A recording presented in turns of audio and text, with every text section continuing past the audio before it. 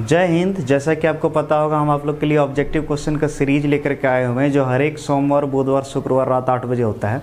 तो हम लोग यूनिट 2 का ऑब्जेक्टिव क्वेश्चन देख रहे थे, यानी धारा विद्युत का। और ये आज जो है आखिरी क्लास होगा इसका, यूनिट 2 का ऑब्जेक्टिव का। तो चलिए स्टार्ट करते हैं। बाबू पहले हम जो है यूनिट 1 का कंप्लीट करा चुके हैं ऑब्जेक्टिव, और यूनिट 2 का जो करवा रहे हैं, जिसका आज ये आखिरी क्लास है। इसीलिए जिनको पहले से शुरू से देखना है तो याद रखिएगा, इसका शुरू से भी वीडियो देख सकते हैं, आपको इसी चैनल पर मिल जाएगा। तो चलिए स्टार्ट करते हैं आज का क्लास। तो पहला क्वेश्चन जो हमारा है वो क्या है, ध्यान से देखिए। बोल रहा विद्युत परिपथ किसी बिंदु पर, विद्युत परिपथ के किसी बिंदु पर सभी धाराओं का बीजगणितीय योग होता है। तो याद करें किरचॉफ का पहला नियम, किरचॉफ का पहला नियम का कहना था, यानी धारा का नियम का, कि किसी भी बिंदु पर सभी धाराओं का बीजगणितीय योग शून्य होता है। क्या शून्य? तो इसका आंसर चला जाएगा शून्य, यानी इसका आंसर जाएगा ए नंबर।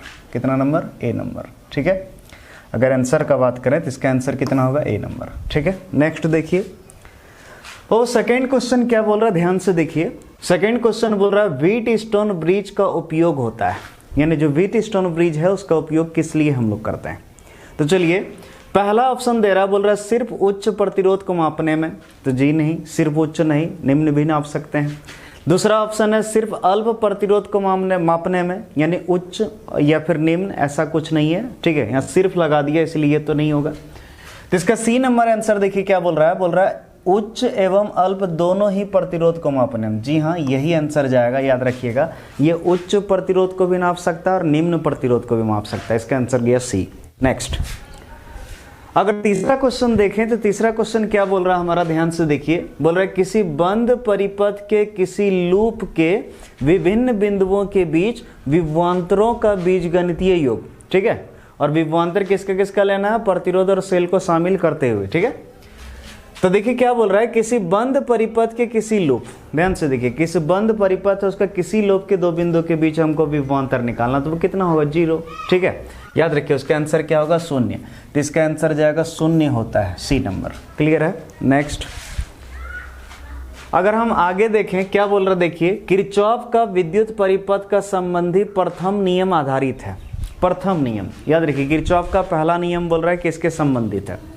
तो सिंपल सा याद करो, किरचॉफ का पहला नियम या किरचॉफ का धारा नियम भी कहते हैं। और याद रखिएगा ये जो किरचॉफ का धारा नियम है, ये किसके संरक्षण पर आधारित है? तो ये आवेश संरक्षण के आधार पर आधारित है। तो देखिए आवेश संरक्षण के नियम पर, यानी इसका आंसर बी गया। नेक्स्ट देखा जाए तो बोल रहा है किरचॉफ का पास नियम किसके संरक्षण के सिद्धांत पर आधारित है। किरचॉफ का पास नियम या किरचॉफ का विभव नियम या किरचॉफ का द्वितीय नियम, याद करो हम सिखाते हैं, ऊर्जा संरक्षण के सिद्धांत पर आधारित है।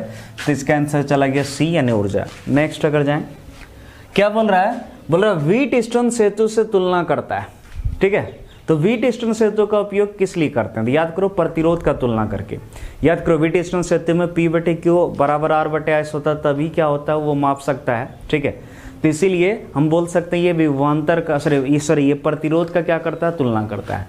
तो इसका आंसर है ए नंबर, प्रतिरोधों का। नेक्स्ट, अगर इस क्वेश्चन को देखें, बोल रहे किसी विभव मापी की संवेदनशीलता को बढ़ाने के लिए। ठीक है, किसी विभव मापी की संवेदनशीलता कैसे बढ़ा सकते हैं? तो याद करो हम बताए थे, किसी विभव मापी की अगर संवेदनशीलता को बढ़ाना चाहते हैं तो इसके लिए सिंपल सा तरीका है, आप उसके तार का लंबाई को बढ़ा दीजिए। क्या कीजिए? तार की लंबाई बढ़ा दीजिए। तो इसका आंसर देखिए, कहीं पर भी तार का लंबाई बढ़ाने वाला नहीं है। यहाँ देखो चौथा नंबर, डी नंबर क्या बोल रहे हैं, इसकी लंबाई को घटाना चाहिए। जी नहीं बाबू, घटाना नहीं, बढ़ाना चाहिए। ठीक है, और यहाँ पर देखिए, ठीक है, यानी क्या करना चाहिए? बढ़ाना चाहिए। और किसकी? इसकी तार, यहाँ पर जाएगा तार की। तो यहाँ पर ऑप्शन गलत छपा है। ठीक है, याद रखिए, इसकी तार की लंबाई को क्या करना चाहिए? बढ़ाना चाहिए। अगर ये रहता ऑप्शन में तो डी जाता, और बाकी ये तो बिल्कुल गलत है। यहाँ पर आंसर ये होना चाहिए था, आंसर क्वेश्चन गलत छपा था, इसीलिए ठीक कर दिए। ठीक है, नेक्स्ट क्या बोल रहा है, देखिए बोल रहा विभव मापी के प्रयोग में जब गैल्वेनोमीटर में शून्य विक्षेप होता है तो धारा का प्रवाह। तो सिंपल सा भाई, अगर गैल्वेनोमीटर में शून्य विक्षेप दिख रहा है, यानी डेफिनेट करंट तो नहीं चल रहा है। और करंट नहीं चल रहा है, यानी हम बोल सकते हैं जो भी विभवांतर था, तार का विभवांतर और गैल्वेनोमीटर के सिरों के बीच का विभवांतर, वो बराबर हो गया होगा, इसीलिए करंट नहीं चला होगा। यानी सिंपल से इसका आंसर जाएगा विभवांतर के तारों में नहीं होता है। ठीक है, विभवांतर के तारों में नहीं होता, याद रखिएगा, यानी तार में धारा का प्रवाह नहीं होगा। नेक्स्ट क्या बोल रहा है, बोल रहा है विभव मापी की तार की लंबाई बढ़ा देने पर संतुलन बिंदु प्राप्त होता है। याद रखिए, अगर विभव मापी का तार का लंबाई हम बढ़ा देंगे तो हमको संतुलन बिंदु भी अधिक लंबाई पर प्राप्त होगा। क्यों? अगर लंबाई बढ़ाएंगे तो विभव प्रवणता बढ़ जाएगा, इसीलिए संतुलन बिंदु हमको अधिक लंबाई पर मिलेगा। क्लियर है? तो देखिए इसका आंसर जाएगा कहाँ? अधिक लंबाई पर, बी नंबर। नेक्स्ट अगर देखें क्या बोल रहा है क्वेश्चन, देखिए ध्यान से, बहुत ही आसान है। बोल रहा है सेल का विद्युत वाहक बल मापा जा सकता है। तो सेल का विद्युत वाहक बल मापने के लिए हम बताए थे विभव मापी का प्रयोग करेंगे। किसका? विभव मापी का। तो इसका आंसर चला गया डी नंबर। ठीक है, नेक्स्ट अगर देखें क्या बोल रहा है, बोल रहा है संगलन चित्र में तुल्य प्रतिरोध है, यानी ये जो प्रतिरोध है, ठीक है, ये सर ये जो चित्र है इसका समतुल्य प्रतिरोध पूछ रहा है। तो फिगर शायद दिख रहा है या नहीं दिख रहा है कैमरा में, हमको उतना अच्छा से नहीं पता चल रहा। चलिए हम इसको यहाँ से फ्रेश बना लेते हैं। आपको जो है इस तरह करके एक फिगर दिया है,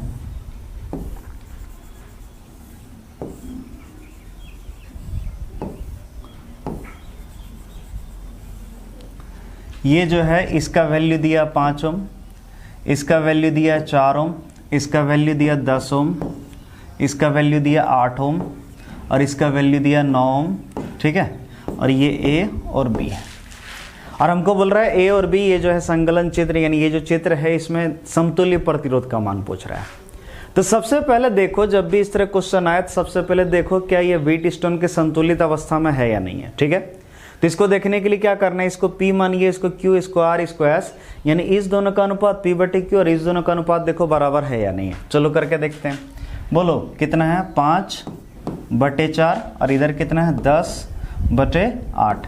अगर सॉल्व करके देखें तो ये भी आएगा 5/4, कटा दिए तो यानी बराबर है। क्या है? बराबर।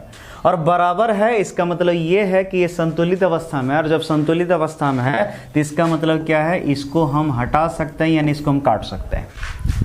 तो बोलो अगर हम इसको हटा दें, इमेजिन करो इसको हम क्या कर दिए, हटा दिए। ठीक है, अब सोचिए जरा सा, यहाँ पर दिखा भी देते हैं, ये क्या हो गया बाबू, ये इसको दिए हम हटा दिए। ठीक है, इसको दिए हम हटा के, और जब हटा दिए तो इमेजिन करो इसको हटा दिए तभी इस तरह करके फिगर बच गया। ठीक है, अब इस तरह करके फिगर बना, इसका मतलब ये हुआ कि ये दोनों श्रेणी में हुआ और ये दोनों समांतर में हुआ, सॉरी ये दोनों श्रेणी में और ये दोनों श्रेणी में और फिर समांतर में। तो चलिए सॉल्व करते हैं। तो सबसे पहले अगर बात करें तो ये 5 और 4 ये दोनों मिला के हो गया 9 ओम। कितना ओम? 9 ओम। और ये 10 ओम और ये 8 ओम, ये दोनों मिला के हो गया 18 ओम। क्लियर है?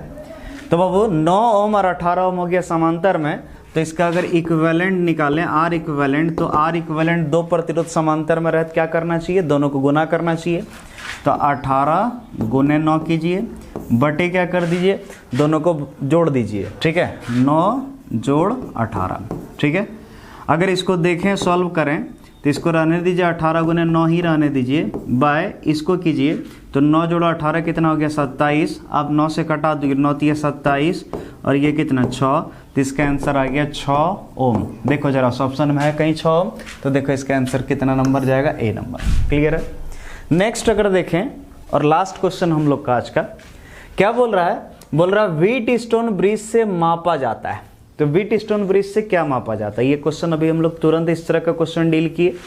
तो ऑप्शन दिया, पहला उच्च प्रतिरोध, दूसरा निम्न प्रतिरोध, तीसरा दोनों ए तथा बी, यानी ये उच्च प्रतिरोध को भी माप सकता है और निम्न प्रतिरोध को भी, और चौथा नंबर डी नंबर क्या है, विभवांतर। ये किसके लिए उपयोग करते हैं व्हीटस्टोन सेतु का। तो ये क्वेश्चन अभी हम थोड़ा देर पहले ही बताएं, इसी तरह का सेम क्वेश्चन था। ठीक है, हाँ ऑप्शन लिखने का तरीका अलग था, लेकिन बाबू इस तरह का क्वेश्चन ही बढ़ाए थे। तो आप क्या समझे, तो हमको पता चलेगा तब जब आप इसका आंसर आप कमेंट में लिखिएगा, ए होगा, बी होगा या सी होगा, इसका आंसर आपको कमेंट में लिखना है। क्लियर है? तो चलिए आज के लिए इतना ही, अगला दिन शुरू करें यूनिट 3 का ऑब्जेक्टिव। याद रखिएगा हर एक सोमवार, बुधवार, शुक्रवार रात 8 बजे। क्लियर है? चलिए आज के लिए इतना, थैंक यू।